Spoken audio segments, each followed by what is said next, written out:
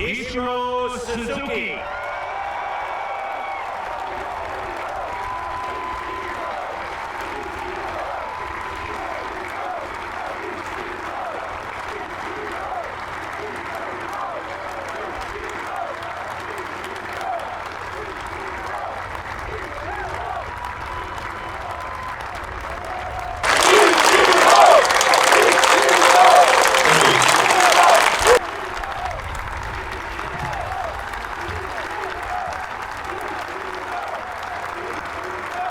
Thank you.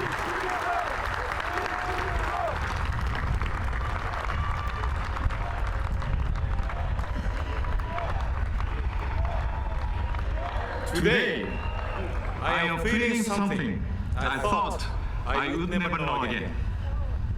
For the third time, I am a rookie. First, in 1992, after the Oryx Blue Wave drafted me out of high school. Then, in 2001, I became a rookie again at 27, when Seattle Mariners signed me.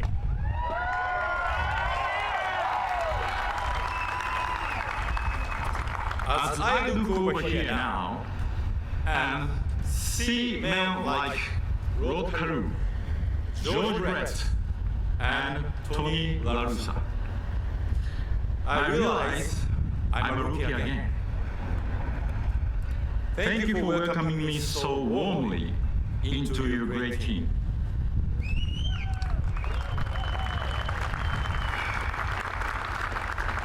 I hope I can uphold the values of the Hall of Fame.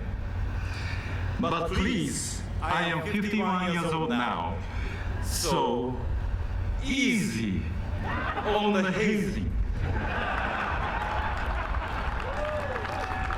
I don't need to wear a Hooters uniform again.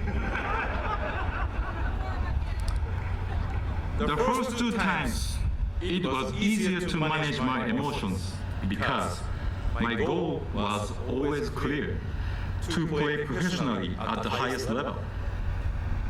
This time is so different because I could never imagine as a kid in Japan that my play would lead me to a sacred baseball land that I didn't even know was here.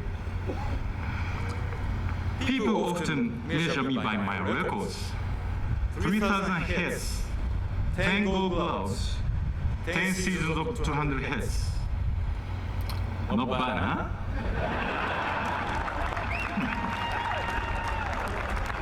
But the truth is, without baseball, you would say, this guy is such a dumbass. I have bad teammates, right? Bob Costas?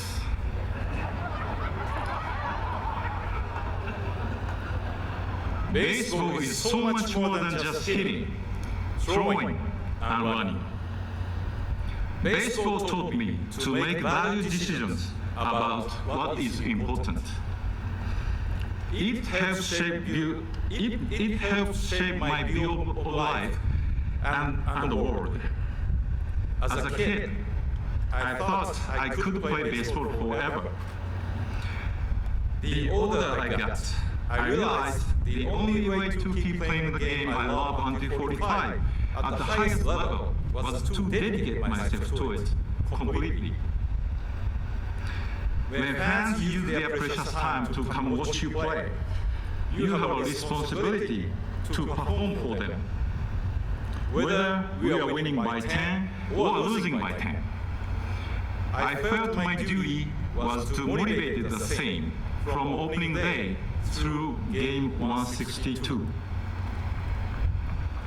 I never started packing my equipment or taping boxes until after the season's final out. I felt it was my professional duty to give fans my complete attention each and every day.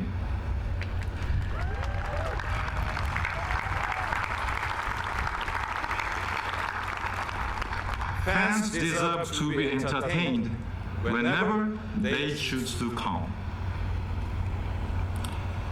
Baseball taught me what it means to be a professional, and I believe that is the main reason I am here today. Not because my skills are better than others. 3,000 hits or 262 hits in one season are achievements recognized by the writers. Well, all but one of you.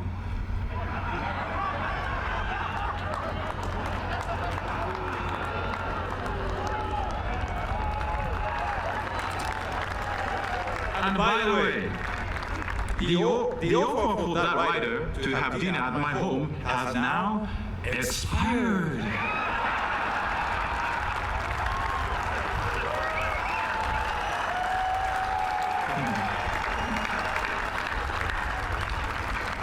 I could not have achieved the numbers the writers recognized me for without paying attention to the many small details every single day, consistently for all 19 seasons. I personally cared for my equipment each day because I never wanted to risk a fielding error due to a loose string on my glove or a slip on the base pass because I didn't clean my spikes. Beyond the regular season, I had a serious routine in the off-season too. When I showed up at the camp each spring, my arm was already in shape, waiting for Mariners broadcaster Rick to say, Holy smoke! Laser beam strike from Ichiro!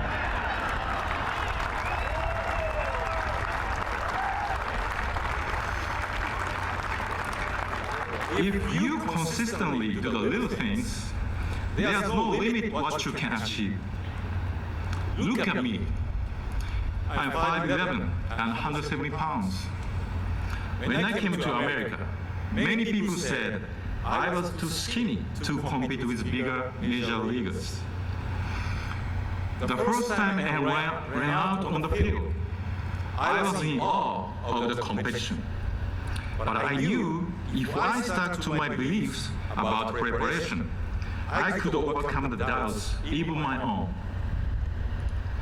I have been asked, what's the best thing you can do for your team? My answer is taking responsibility for yourself. Being responsible for yourself means answering to yourself. When you go home at night and wonder why you didn't get a hit or you didn't make a catch, the honest answer is not because a great pitcher beat you or a tough sun was in your eyes. It's because there was something you could have done better. By taking responsibility for yourself, you support your teammates and you don't cheat the fans.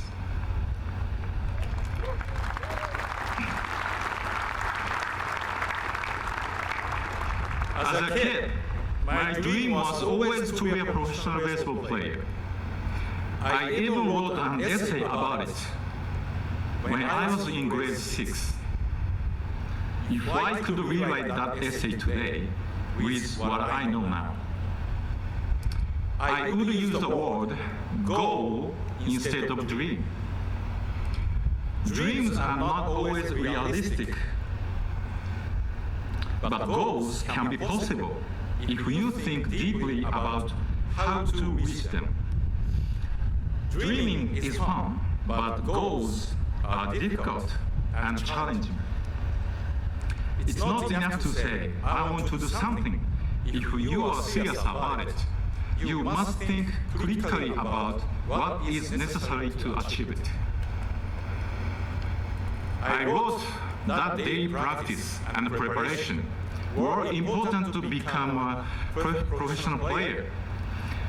As I continued to set my goals, I also came to understand that consistency would be the foundation to achievement.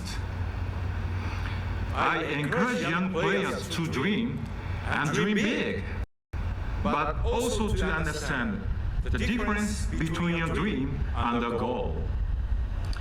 In order to make your dream your goal, you must be honest in thinking about what is important to achieve it. In that essay, I wrote that I dreamed of playing for my hometown, Chunichi Dragons. I knew nothing about American baseball then.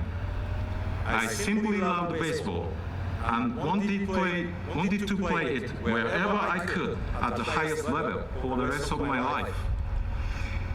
I achieved the first part of my goal when Orix drafted me. I won the batting title in my first full year and each year after that when I played in Japan. From the outside, it may have seemed like everything was smooth and I should have no worries. However, inside, I was struggling to understand why I was making results. I was searching for something that I could not find. In the middle of my internal struggle, something historic happened. Hideo Nomo became the first major leaguer from Japan in my lifetime. His success inspired many, including me.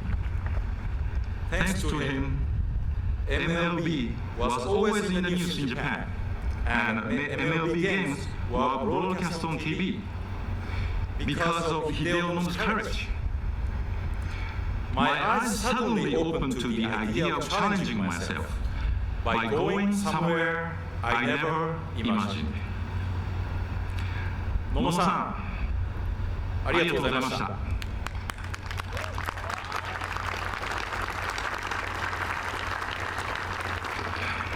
I am grateful to the Orix Blue for allowing me to challenge myself in MLB. I am also grateful to the Seattle Mariners for believing that I could become the first position player from Japan in American baseball.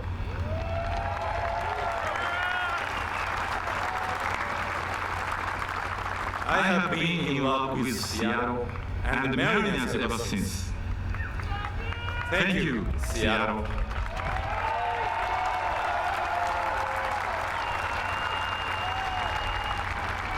I am thrilled that this great honor reunites me with the general manager who signed me, Pat Gillick. Thank you to Pat and the owners and the executives back then, Hiroshi Yamauchi, Howard Lincoln, Chuck Armstrong, and the rest of the Mariners team. To current executives, John Stanton, Jerry DiPoto, Kevin Martinez, and the rest. Thank you for bringing me back to the place I belong and allowing me to make Seattle my permanent home.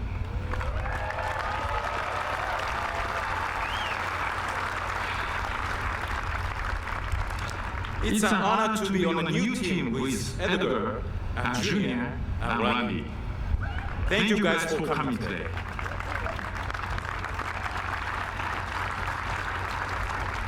Thank you to the New York Yankees. I know you guys are really here today for Sissy. But that's okay. He deserves your love. I enjoyed my 2.5 years in pinstripes, and I thank you for letting me experience the great leadership of Derek Jeter and your organization's proud culture.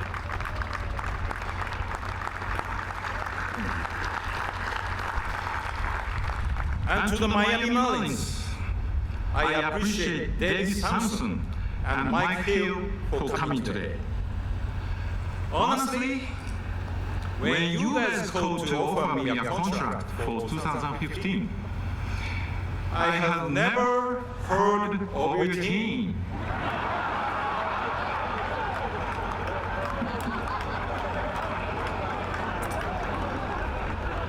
But I came to love my time in South Florida. Even in my mid-40s, I grew as a player, surrounded by all those young, talented teammates. The way they jumped out of the dugout in Colorado to celebrate my 3,000th hit is something I will never forget.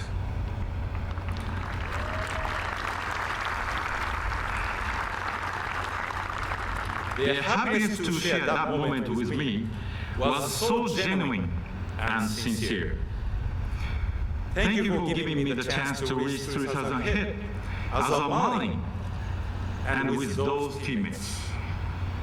To my agents, whose importance to me has been more than just business. Sadly, Tommy Atanasio passed away before he could know of this moment. I thank him for getting me to America and for teaching me to love wine.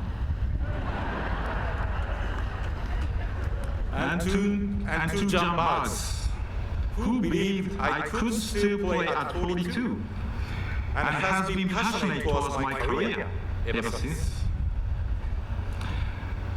Thank you to my longtime instructor, Alan Turner, and his family for supporting me wherever I decided to play.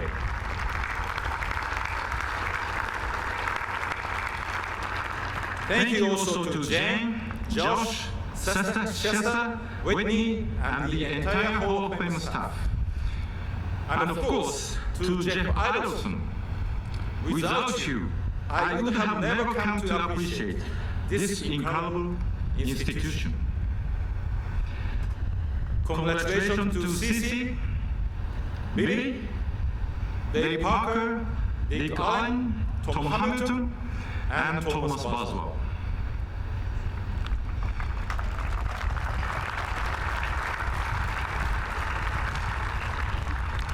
I think you can imagine there was much doubt when I decided to try becoming the first position player from Japan in MLB.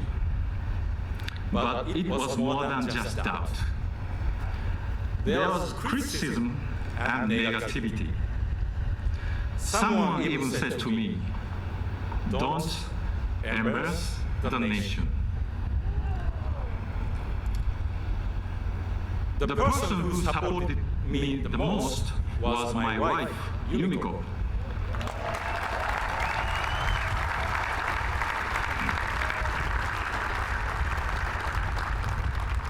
It would only be natural if she had that too, but she never made me feel them.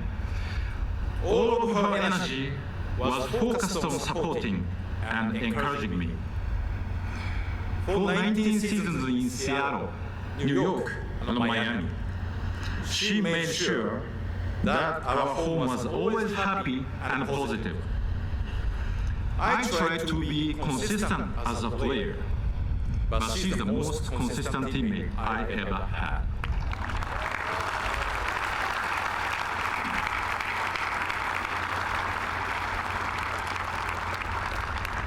Shortly after I retired, Yumiko and I had a date night. We did something we had never been able to do while I was a player. We sat in the stands and enjoyed the Mariners games together. We did it the American way by eating hot dogs. Of all the experiences baseball has given me, enjoying a hot dog at a game with a person most responsible for helping me reach this moment is the most special.